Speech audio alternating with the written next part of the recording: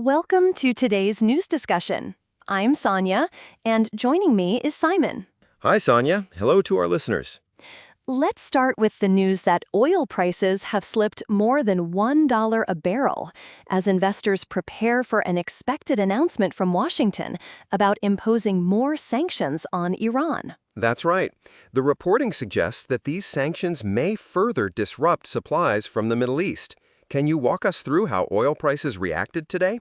Oil prices fell over $1 as investors took profits ahead of the expected tougher U.S. sanctions on Iran.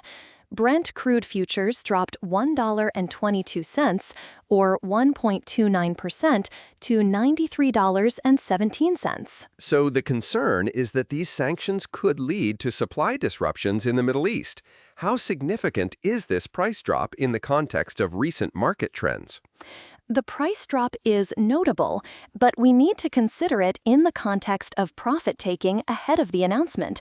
The reporting indicates that investors are cautious about the potential impact of these sanctions. That makes sense. Speaking of Iran, its currency has hit a record low as Washington prepares to announce these new sanctions. Can you tell us more about that? Yes, Iran's rial currency has fallen to 2.02 million to the US dollar, a new record low.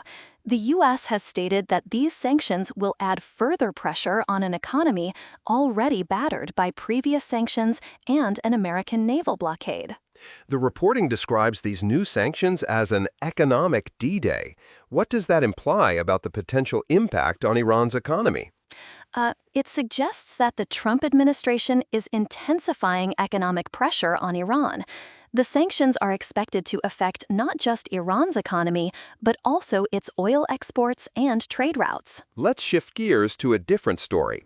Commerce and Industry Minister Piyush Goyal is advocating for deeper India-Japan ties.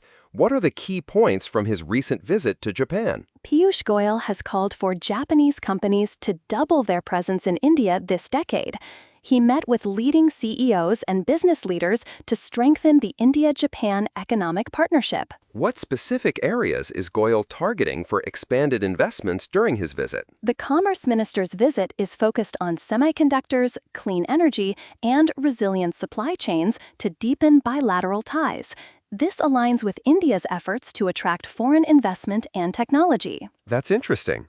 On a different note, the U.S. is reopening a border crossing in Arizona to cattle from Mexico. How might this affect beef prices in the U.S.? Economists are skeptical that this move will significantly reduce near-record high beef prices. The Trump administration is trying to lower beef prices, but the impact of reopening this border crossing is expected to be limited. What are the broader efforts by the Trump administration to address high beef prices, aside from reopening the border crossing? The administration is taking multiple measures, but economists doubt that reopening the border to Mexican cattle imports will have a substantial effect on grocery store prices. Let's move to a tech story. Xiaomi has launched a new version of its in-house X-Ring handset processor. What are the details around this new chip? Xiaomi unveiled the X-Ring O3 processor, marking a step forward in its push to develop proprietary smartphone chips. This new chip is produced by TSMC using their 3-nanometer technology. How does this move fit into Xiaomi's broader strategy, especially regarding supply chain control? By developing its own chips, Xiaomi aims to strengthen its supply chain and reduce reliance on external suppliers like Qualcomm.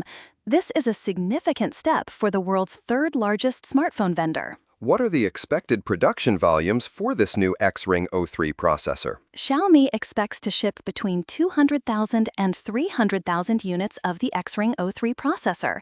This indicates a cautious but strategic approach to integrating the new chip into their devices. As we wrap up today's discussion, it's clear that there are several significant developments across different sectors.